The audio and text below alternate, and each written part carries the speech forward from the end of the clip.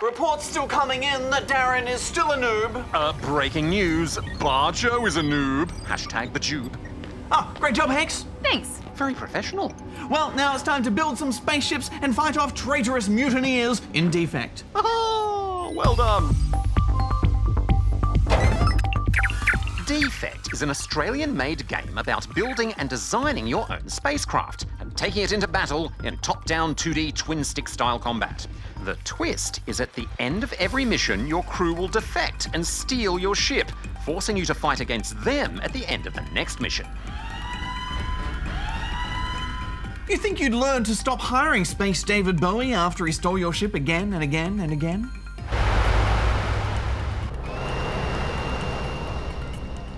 I thought the whole defecting thing was a clever idea, though. It just forces you to think more carefully about how you build your ship. You never want it to be too good, or else you're going to have a tough time taking it on in the next mission.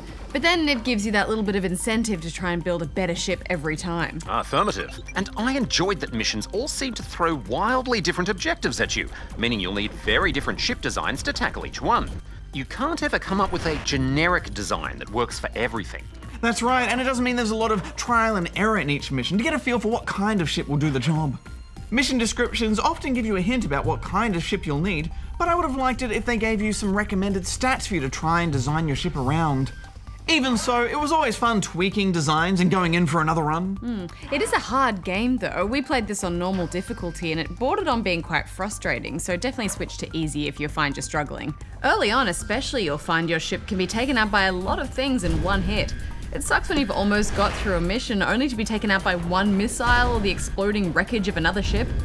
But even so, it rarely felt unfair to me. I mean, after all, you only have your own design to blame. Affirmative. When you're designing your ship, you need to have a power core that provides all the power for your ship's systems and crew compartments to hold crew. Then every part you add, like weapons and engines, will take a chunk of power, crew, or both to work, and finding the right balance is quite challenging. You'll also be given new and better parts after each mission, so sometimes you may need to complete easier missions before you'll have enough good parts to progress. One thing I thought was weird is that the craft needs wings to help with stability and handling. Do spaceships even need wings? Yeah, I mean, that's fair enough, but I don't think hard science is really what they were going for here. I mean, your assistant is a talking digital seagull in a spacesuit.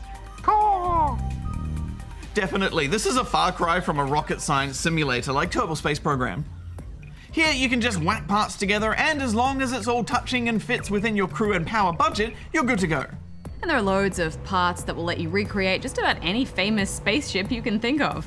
But what did you think of the actual combat? Well, it's pretty simple too. You more or less just have to steer, and most of your weapons auto-fire once enemies are in range. You can take manual control of the weapons though, if you want to. The direct control idea is interesting, since you can directly control any part of your ship, which will give you bonuses. Controlling engines will speed you up, or wings will improve steering, for example. And choosing the right systems to control at the right time adds a nice layer of tactical thinking to what would otherwise be a fairly basic shooter.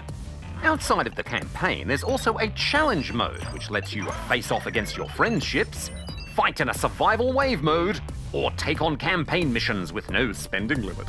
Yeah, it's a fun extra. It gives you something else to mess around in. Now, Darren, normally when we have a game like this where you can go and build things, you always make some massive version of yourself. But this time, the developers beat you to the punch, didn't they? Affirmative. They tweeted this excellent screenshot at me a little while ago.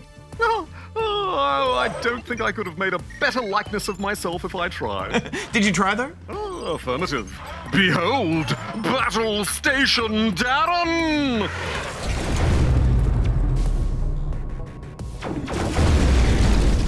Well, we should wrap this up, guys. Final thoughts? Well, I love the defecting idea, and even though the combat and the building is quite simple, the gameplay is challenging. I'm giving it 3.5 out of 5 rubber chickens. Yeah, it's not the most technical game in the world, but I still really enjoyed it. I'm giving it 3.5 as well.